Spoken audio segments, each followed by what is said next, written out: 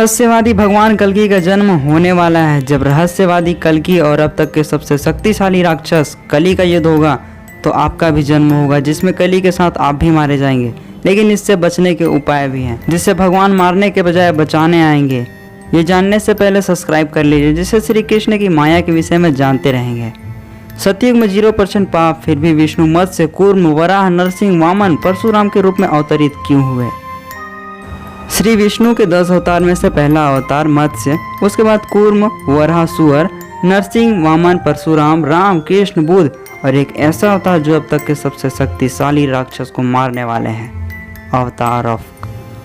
आप जानते हैं समय को 4 भागों में बांटा गया है, सतयुग, त्रेता युग, द्वापर युग और कलयुग। सतयुग में पाप 0%, पुण्य 100%। फिर भी भगवान विष्णु मत्स्य, कूर्म, वराह, नरसिंह रूप में क्यों अवतरित हुए?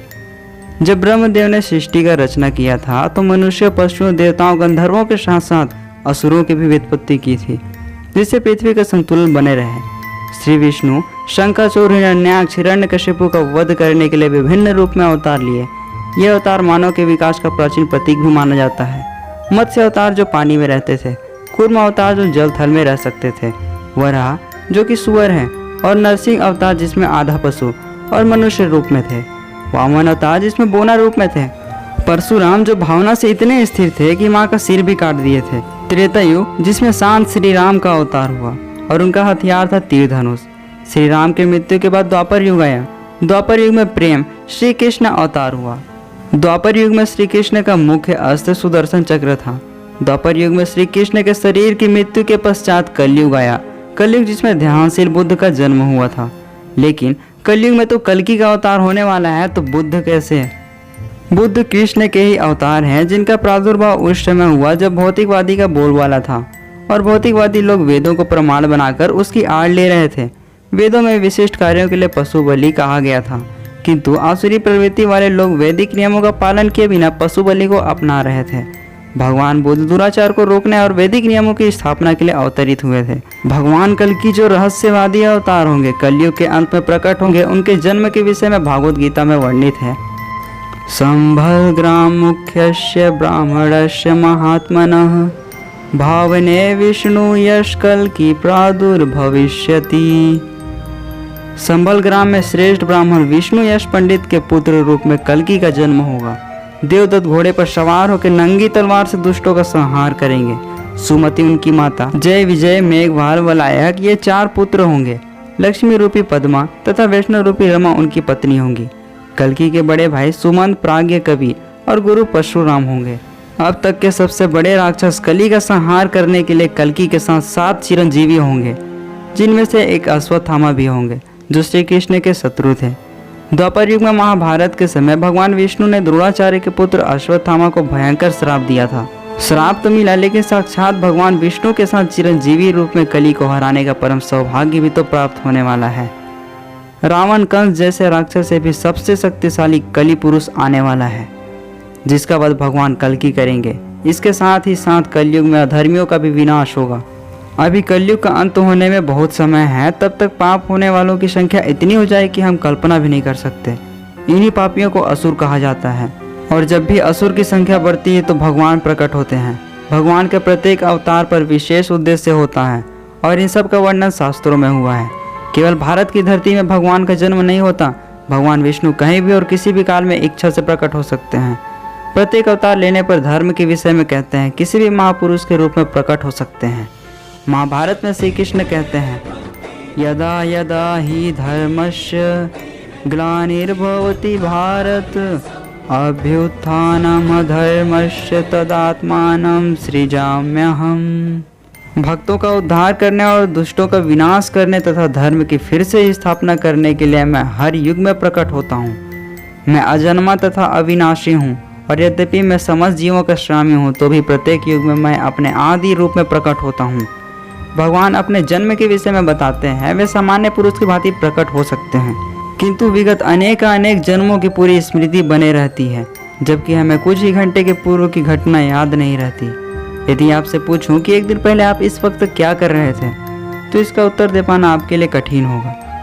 भगवान कहते हैं कि वे अपने शरीर में प्रकट होते हैं, सामान्य जीव की तरह भौतिक शरीर में परिवर्तन नहीं करते। इस जन्म में हमें शरीर प्राप्त हुआ है, अगले जन्म में यह शरीर बदल जाएगा। इस संसार में हमारा कोई स्थायी शरीर नहीं रहता। हम एक शरीर से दूसरे में जाते रहते हैं, किंतु भगवान ऐसा नहीं करते। जब भी वे प्रकट होते हैं तो अपनी अंतरंगा शक्ति से श्री कृष्ण इस संसार में अपने आदि स्वरूप में अवतरित होते हैं। इस पृथ्वी लोक पर रहकर अपने साथियों के साथ प्रकट होते हैं, जैसे त्रेता युग में श्री राम और लक्ष्मण और द्वापर युग में श्री कृष्ण और बलराम। भगवान अजन्मा होकर भी अनेक रूप में अवतरित रहते हैं। वैदिक साहित्य में भी इसकी पुष्टि हुई है। भगवान जन्म लेते प्रतीत होते हैं, किंतु वे शरीर परिवर्तन नहीं करते। यशोदा मैया के सामने नारायण रूप में 4 भुजाओं के साथ ऐश्वर्य के साथ प्रकट हुए थे, लेकिन यशोदा मैया के कहने पर 2 भुजा धारण किए। ऐसे ही अनेक जन्म लेते रहते हैं। कलयुग में भी अपनी अंतरंगा शक्ति से प्रकट होंगे। अब तक का महायुद्ध भगवान कल्कि और कली के बीच होने वाला है। तब कैसा होगा इस संसार का दृश्य। कलयुग के अंत के समय लोगों की आयु 20 से 30 वर्ष रह जाएगी। सिर्फ 5 वर्ष की आयु में स्त्रियों के पेट में बच्चा। मनुष्यों की लंबाई 2.5 से 3 फीट रह जाएगी। सब मांसाहारी होंगे, धर्म का नामो निशान नहीं होगा। गाय बकरी के जैसे छोटी छोटी हो जाएंगी। भयंकर तूफान आएगा, बारिश नहीं होगा, अकाल पड़ जाएगी, भूकंप आएगी, लोग गड्ढे में रहने लगेंगे, स्वभाव से गधे बन जाएंगे। सूर्य के तेज से 7 समुद्र सूख जाएंगे, नदी सूख जाएगा। उसके बाद 12 वर्ष तक लगातार वर्षा होगी। इसी पानी से पृथ्वी के सभी जहरीली पदार्थ ऊपर आएगी और वाष्प बनकर ऊपर चला जाएगा। तब सब वातावरण हरी भरी हो जाएगी। अब वह प्रश्न जिसका आप इंतजार कर रहे थे कि कलयुग के अंत में हमारा जन्म होगा या नहीं। इस कलयुग में पाप करने वाले हैं, मांस खाने वाले हैं, धोखा देने वाले हैं, झूठ बोलने वाले हैं, स्त्री को गलत दृष्टि से देखने वाले हैं। ऐसे सभी लोग असुर प्रवृत्ति के कहलाते हैं। कलयुग के अंत होने में अभी बहुत समय बाकी है। भगवान विष्णु पाप करने वाले असुरों को नाश करेंगे। आपको पता है कि हमारा जन्म बार बार होते रहता है। आप में से जितने लोग भगवान के भक्त बनकर कर्म करेंगे तो अवश्य भगवान श्री कृष्ण को प्राप्त करेंगे और उनके मार से बच जाएंगे। लेकिन असुरों की तरह जीवन जिएंगे तो कलयुग में किसी जीव के रूप में आपका भी जन्म होगा और भगवान विष्णु के साथ श्री गणेश जैसे चिरंजीवी असुरों का वध करेंगे, एक एक करके मारेंगे। तो कैसे कली पुरुष हमें वश में करेगा? कली जो अब तक का सबसे शक्तिशाली राक्षस होगा, कलयुग के अंत में जन्म लेगा और सभी मनुष्यों को अपने वश में कर लेगा और सभी मनुष्य कली की तरफ से भगवान से अज्ञानतावश लड़ेंगे। लोग भगवान को नहीं पहचान पाएंगे। राक्षस कली का कलयुग में जन्म होगा तो वह भौतिक अवस्था में आ जाएगा और आपको पता है कि जिसका जन्म होता है उसका मृत्यु भी होता है। तब भगवान कल्कि अपनी अंतरंगा शक्ति और 7 चिरंजीवी के साथ प्रकट होंगे और कली पुरुष का वध करेंगे और उन अधर्मियों को ही मारेंगे जिन्होंने अब तक अधर्म किया है। क्या भगवान का देवदत्त घोड़ा आज भी दुनिया में है? भगवान कल्कि का सफेद देवदत्त घोड़ा इस संसार में है, जिसमें घाव भर रहे हैं। यह धीरे धीरे भरता जाएगा और जब घाव पूरा भर जाएगा तो भगवान कल्कि प्रकट होंगे। इस संसार के सभी अधर्मियों का नाश होना निश्चित है। भगवान श्री कृष्ण के भक्त ही कल्कि के दंड से बच सकते हैं। इसलिए परम नियंता भगवान श्री कृष्ण के द्वारा भागवत गीता में बताए गए कर्मों को समझिए और सही कर्म करते हुए आनंद में जीवन व्यतीत करिए। तभी प्रलय के वक्त भगवान आपको मारने के बजाय बचाने आएंगे। यही परम सत्य है। जय श्री कृष्ण।